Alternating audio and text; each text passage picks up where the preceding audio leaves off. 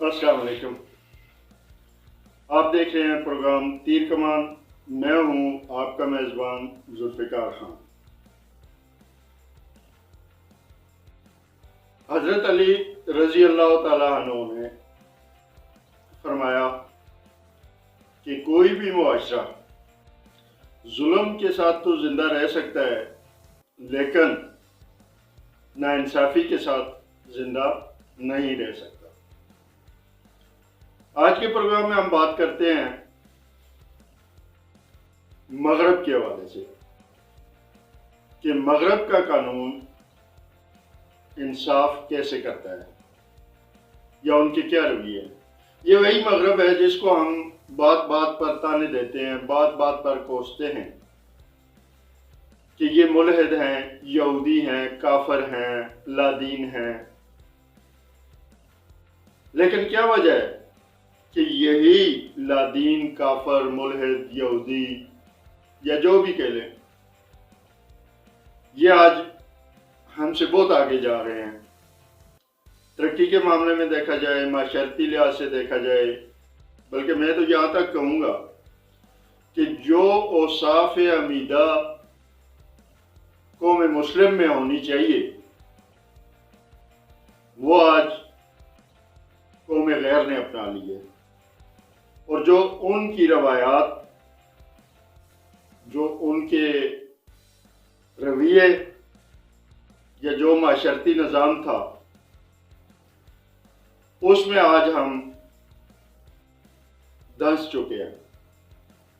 ہم فخر محسوس کرتے ہیں کہ مغرب کی تقلید کرتے ہوئے، لیکن کن باتوں میں؟ صرف ان باتوں میں جہاں ہمیں بے حیائی، بے انصافی، اس طرح کی چیزیں ملتی ہیں۔ جو ان کا نظام انصاف ہے اس پہ ہم ان کی تقلید کرنا گوارا نہیں کرتے ہیں۔ 1984 میں اوہایو، جو کہ ایک امریکی ریاست ہے، میں ایک خاتون جج پریسی ہنٹر کو گھسیٹ کر لایا جاتا ہے۔ اس پر الزام ہے کہ اس کے بھائی نے آمدن سے زائد اثاثے بنائے ہیں اور ان اثاثوں کو بنانے میں پریسی ہنٹر نے اس کی مدد کی۔ اس پر اس جج کو سخت قید با مشقت کی سزا دی گئی۔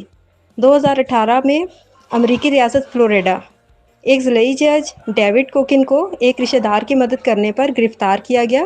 اس پر سیکس ٹریفکنگ میں اپنے رشتہ دار کو اپنے فیصلے سے فائدہ پہنچانے کا الزام تھا۔ عدالت نے اس کو کڑی سزا دی۔ ایک اور کاؤنٹی جج لانس میسن کو اپنی بیوی کے قتل کے کیس میں گرفتار کیا گیا۔ عدالت اس کو 35 سال قید با مشقت کی سزا سناتی ہے۔ اسی طرح نیو یارک کے رجسٹر کورٹ کی جج لیتیسیا سٹاسیا کو معمولی غلطی کرنے پر 26 نومبر 2019 کو عہدے سے برطرف کر کے 180 دن کی قید با مشقت کی سزا سنا دی جاتی ہے۔ سپریم کورٹ کا ایک جج امریکہ میں جب ٹریفک قوانین کی پابندی نہیں کرتا تو اسے جیل بھیج دیا جاتا ہے۔ اس پر الزام ہے کہ اس نے نشے کی حالت میں گاڑی چلائی۔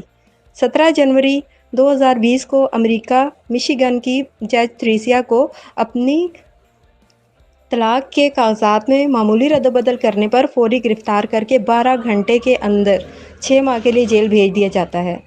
اب ان کیسوں کا موازنہ اسلامی جمہوریہ پاکستان کے کیسوں سے کیا جائے تو نہ ان کیسوں میں ملزم ججوں نے دیگر جج حضرات کو اپنے ساتھ ملا کر قانون میں رد و بدل کی، اور نہ ہی یہ کہلوایا کہ آئندہ کسی بھی جج کے خلاف نہ تو کوئی ادارہ تحقیق و تفتیش کر سکتا ہے اور نہ کیسوں میں بے وجہ التوا ڈال کر ان کو لمبا کھینچا گیا۔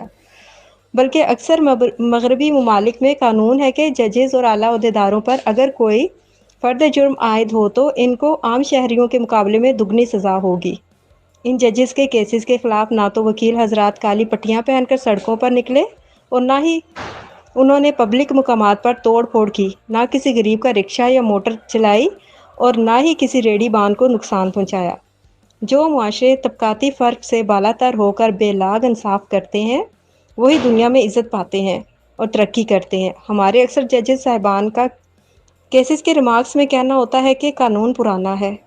انگریز دور کے اس قانون کے ساتھ انصاف کا حصول مشکل ہی نہیں ناممکن ہے۔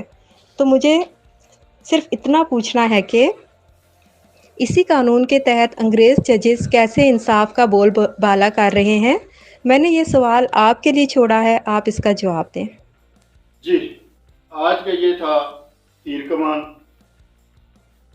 اب فیصلہ میں آپ پہ چھوڑتا ہوں کہ انصاف کون کر رہا ہے، کہاں انصاف کا بول بالا ہے اور کہاں یہی انصاف